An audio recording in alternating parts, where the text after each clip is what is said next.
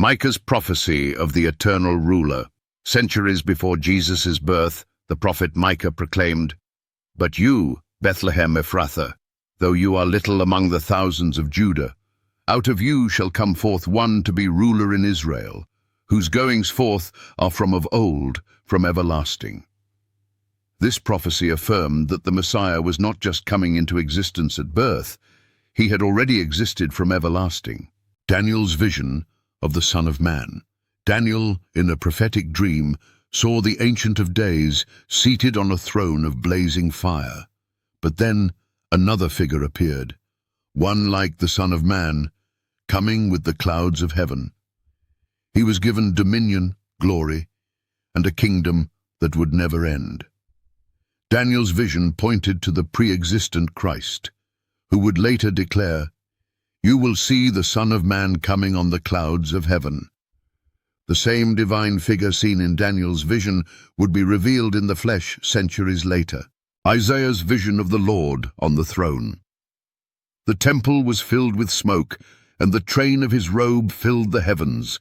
Isaiah trembled as he beheld the Lord, high and lifted up. Seraphim covered their faces and cried, "Holy, holy, holy is the Lord of hosts." Overwhelmed by his unworthiness, Isaiah cried out. Then a glowing coal touched his lips, and his sins were cleansed. This vision was of none other than Jesus Christ, seated on the eternal throne, revealed later as the King of Glory. The fiery furnace and the fourth man.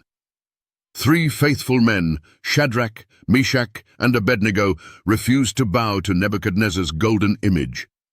In rage, the king had them thrown into a blazing furnace, but as the flames raged, astonishment spread through the court. "Did we not cast 3 men into the fire?" the king gasped. "Yet I see 4 men, unbound, walking in the fire, and the 4th looks like the Son of God."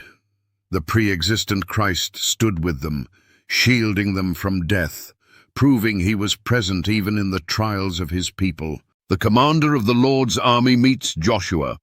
Before the battle of Jericho, Joshua encountered a mighty warrior standing with a drawn sword. With reverence, Joshua asked, "Are you for us or for our enemies?" The figure replied, "Neither, but as the commander of the Lord's army, I have now come." Realizing the divine nature of this being, Joshua fell face down and worshipped. This was no mere angel. He accepted worship, something only God could do. The pre-existent Christ had come to lead his people into victory. Moses and the burning bush. On a quiet mountainside, Moses was tending sheep when a bush erupted into flames, yet was not consumed. Drawn by the mystery, he approached, and a voice called his name. The I Am spoke, commanding Moses to remove his sandals, for he stood on holy ground. The voice declared, "I am who I am." This was no mere angel, but the Eternal One, later revealed in the New Testament as Jesus Christ. The same voice that called Moses would one day walk the earth, declaring, "Before Abraham was, I am." Jacob wrestles with God alone. In the night, Jacob prepared to face his estranged brother Esau. Suddenly, a mysterious figure appeared, engaging him in an intense struggle. The battle raged until dawn, and with a single touch, Jacob's hip was dislocated. Overwhelmed, he clung to the stranger and pleaded for a blessing. The being looked at Jacob and renamed him Israel, declaring that he had wrestled with God and prevailed. As the sun rose, Jacob limped away, realizing he had encountered the pre-existent Christ, veiled in human form. The angel of the Lord appears to Abraham. A scorching sun bore down on Abraham's tent when 3 divine visitors approached. Abraham, sensing something extraordinary, bowed low. Among the 3, one was different.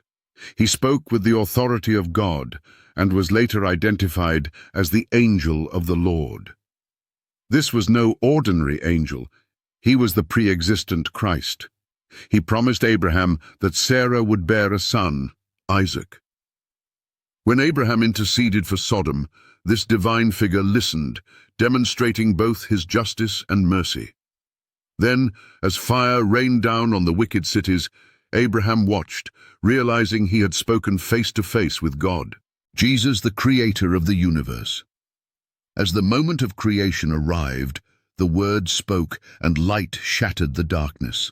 He formed the heavens, stretched the galaxies, and established the foundations of the earth. At his command, the waters gathered, mountains rose, and the stars found their places in the vast sky. When the world was ready, he knelt in the dust, shaping humanity in his image, breathing life into Adam. The angels marveled at the love and power displayed, realizing that their Lord was not only eternal but also the source of life itself. The Word before creation. Before the universe was formed, Jesus existed as the Word with God. In the heavenly realms, the Word was not just with God, but was God, sharing in divine power, wisdom, and glory. The angels witnessed his majesty as the one through whom all things would be made. His voice was like thunder, and his presence radiated light. In this eternal state, the Father and the Word communed in perfect unity, anticipating the moment when time itself would begin.